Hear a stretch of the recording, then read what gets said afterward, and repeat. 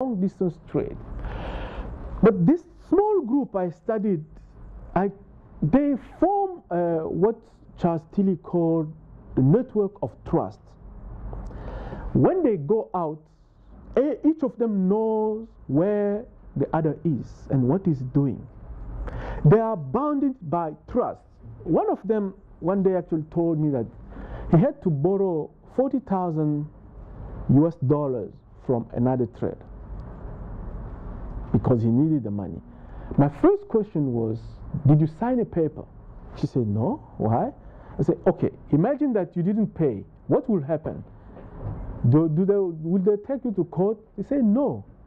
But all the rest, the others will know that I didn't pay, and that will be the end of me. So there's no written agreement, but everybody knows where to stand. So it's really a trust, community bound on trust. And when they're in the community, you see them at every funeral. They give donation to schools, to churches. So they try to make a balance of what I call this between these two spaces. They have this space of dependence because they can't imagine themselves wealthy without the community. Because on this context of war, the community was very important for them. So they have to make the balance between this, what I call the space of dependence inside and the space of engagement outside. They are in touch with Arabs in Dubai or Chinese in China. So they have to balance these two. This balance is important because if you only stay in the community, you will have all this kind of impediment coming from the family structure, which sometimes is against all the capitalist system. So the fact of going out, it gives them space actually to run away against all this kind of, the peasantry of the family structure. But for them to only go away and be cut off from the community is dangerous. So they live by making that balance. This is the first group. So all the economic activity in Butembo is sustained by these traders. But second, before I go to the second point, the difference between that place, Butembo, and where I'm from here, is that in Butembo, because many people trade, they buy things, some of them go just to Kampala and come back, others go that far to Nairobi, come back, the most richest people go far. So there is a fierce competition because they sell the same thing, the same product. 10 people selling the same shoes, the shoes. So there's a fierce competition within the community. So because of this intra-ethnic struggle, they developed actually very peaceful extra-ethnic relationship with Arabs, with Chinese, but this is the opposite in other places in the Congo, in my place. The intra-ethnic relationships are very, very kind of bounding, so that you exclude the others. That's, as an anthropologist, it's very interesting to see that this fierce competition actually helped Butembo because of that. They are less exclusive with others. They make deals with others all around. But in the other places, like my own place, the intra-ethnic relations is so strong that it makes the extra-ethnic relations very difficult. That's the point. Second point, these traders, most of them, except few, are Baptist, are Protestant Baptist. Congo actually, during the colonial period, have this triumvirate. It was the business community, the Belgian business community, the administration, and the Catholic Church. So they have these three pillars of colonialism. So the Protestants have actually to fight to found space. So they went there, a missionary from Philadelphia went to Butembo in the 20s. And there, many of the traders will tell you that they learned a lot from this Protestant ethic. Firstly, you cannot spend your money in alcohol or prostitution. Secondly, you should do your work even if the boss is not there, because the reward is not here, it's beyond. So all this kind of Protestant ethic that they say today helped them. Of course, we know what Max Weber said between the Protestant ethic and capitalist spirit. There is no causality, of course not. But they recognize that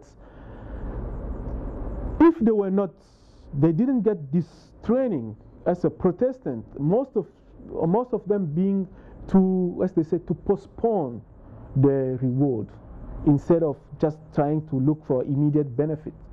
So most of them are Protestant, but the most powerful person, moral person in Butembo is the Catholic bishop. Why? Because in the 70s, the Protestant group were divided into two, the more progressive and the more conservative. What happened was that when the Protestants who went there, the unevangelized African mission, were coming all from Philadelphia. And the goal was to run away from the secularism in the New World. So it's to protect African soul from the corruption of the secular world. What they did, they opened missions. And in that missions, they give good training, education, but they refused government subsidies. Because government subsidies will bring the government control and will open many jobs to their parishioners. So in the 70s, they were inside the Protestant group, there were kind of debates. Should we accept the subsidies so that our people who study in the parish could get jobs, official jobs somewhere else? You have these two groups. The more traditional Protestants say, no, that's really, we don't want to lose our people in this world.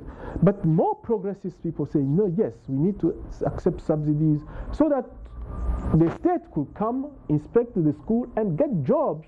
Our degree could be recognized. So there were big fighting in the 70s in Butembo. It's the Catholic bishop, Monsignor Katana, actually who managed to bring them together and make peace. And from that time, the Catholic bishop, even those who came late, gain respectability. Sorry, gain respectability in.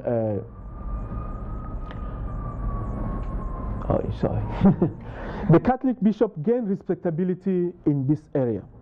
But the Catholic, what they do, they run schools, orphanages, and hospitals with donation from traders. There is the university called the Catholic University for Graben, Université Catholique de Graben. It's run by the Catholic Church. It's the only university in the Congo which have never interrupted because of the war. So it comes working discontinuously. And when the bishop one day told me that he actually built the library by asking to each of the traders, he went to each of the traders, give him a list of 100 books. He told them, okay, in your trip to Middle East or China or Europe, if you could bring us this book, we need them. And all of them, without exception, were proud to bring the 100 books. That's how they built the library. So there is this kind of alliance between the Catholic Church and the traders to run the place. That's what makes the social cohesion. That's what I thought. Until a few months later, I found out that there are a third group. And this third group is made by the militia. Actually, each big trader, each millionaire, what they have a mine, a gold mine. They're all sitting on gold. In 1983, President Mobutu liberalized the gold trader. It means that if you have money, you can buy a gold mine and put people to dig there. So each of these traders actually have a gold mine.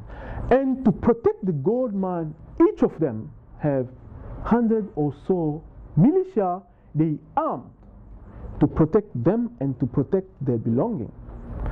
Every time you see a container of textiles, 90% sure there is AK-47 from the militia, for the militia.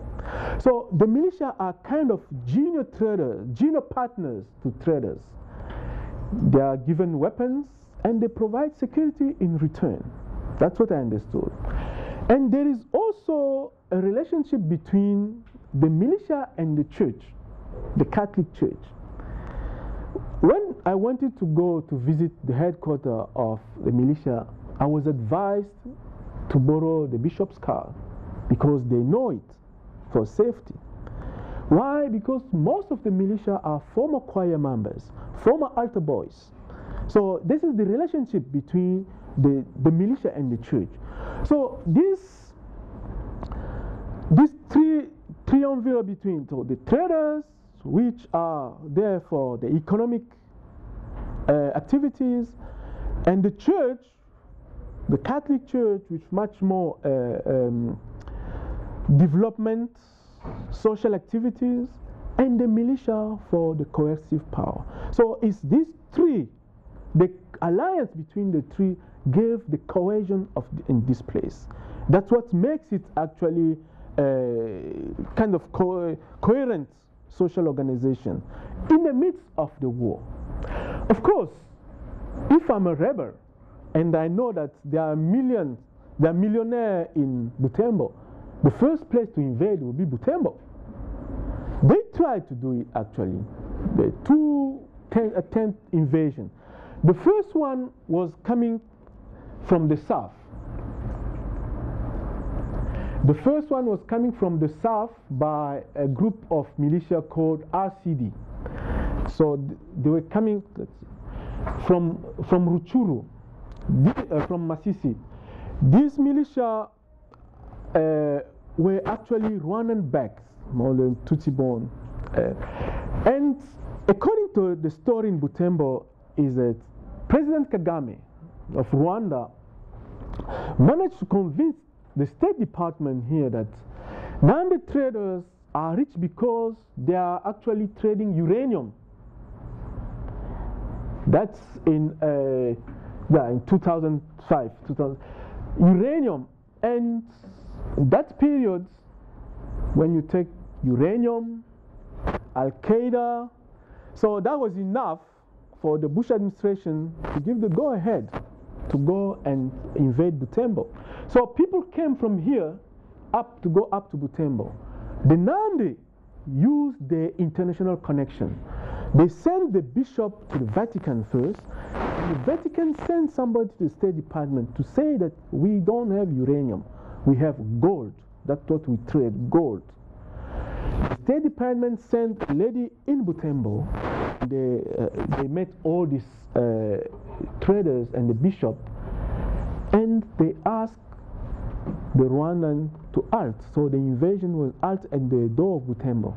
So they were intelligent enough to use their connections. The second invasion were coming up north from Bafosende with another warlord called Jean-Pierre Bemba. Jean-Pierre Bemba now is in The Hague. Jean-Pierre Bemba soldiers, actually, Jean-Pierre Bemba is son-in-law to Mobutu.